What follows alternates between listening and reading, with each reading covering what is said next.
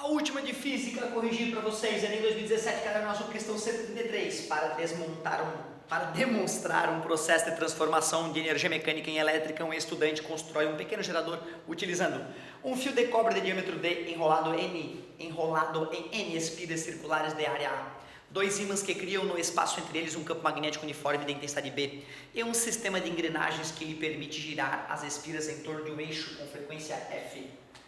Então tá, ele usou dois ímãs, polo norte e polo sul, polo norte. Vou dizer que aqui o campo é uniforme aproximadamente, não vou mostrar, né, a continuidade das linhas de campo. Ali dentro então vai ter um gerador, né, aqui dentro vai ter espirinhas, né, vai ter um geradorzinho, que é a força contra-eletromotriz, que tem um eixo e esse eixo vai poder girar com uma certa frequência. Tem uma, duas, N voltas de espiras.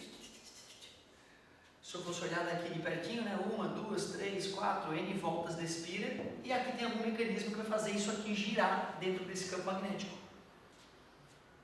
Ao fazer o gerador funcionar, o estudante obteve uma tensão máxima V, que é o que a gente vai chamar de força eletromotriz, né?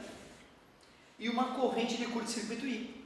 Para dobrar o valor da tensão máxima V do gerador, mantendo constante o valor da corrente de curto-circuito I, o estudante deve, primeiro, equação do gerador, V igual a Epsilon menos R vezes I. No curto-circuito, a dp é zero, menos passa mais, está multiplicando, passa dividindo.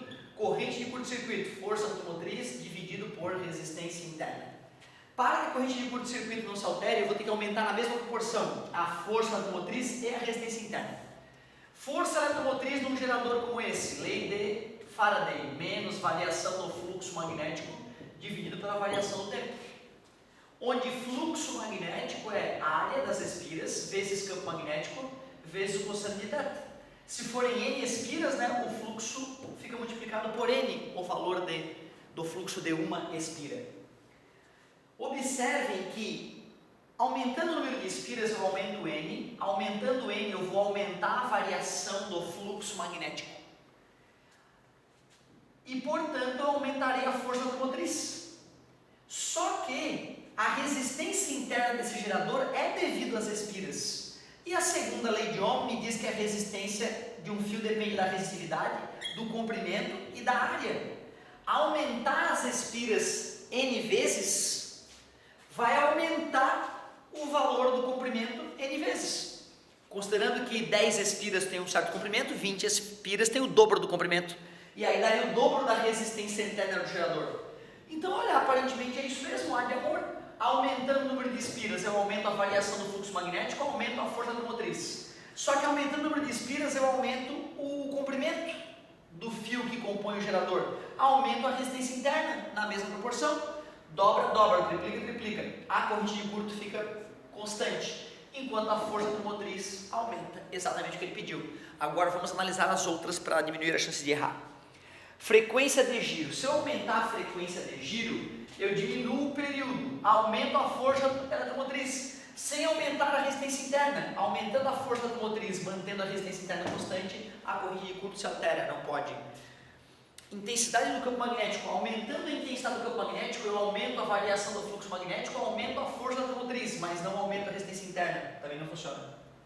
Intensidade do campo magnético já foi, área das espiras, aumentando a área das espiras, eu aumento o fluxo magnético, mas não obrigatoriamente eu aumento o tamanho do fio, né? Se bem que para a espira ser maior, né? Então, olha, aumentar a área das espiras talvez fosse interessante, aumentar a área das espiras, certo? Só que eu não vou conseguir confirmar que o aumento da área das espiras vai aumentar exatamente na mesma proporção a resistência interna, por isso que eu evitaria essa.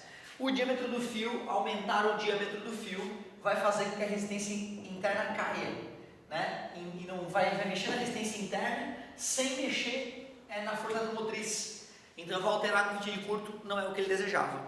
Então eu vou manter o meu gabaritinho, letra A de amor. Essa é a mais bonita, hein? Disparada até agora, a mais linda. Valeu!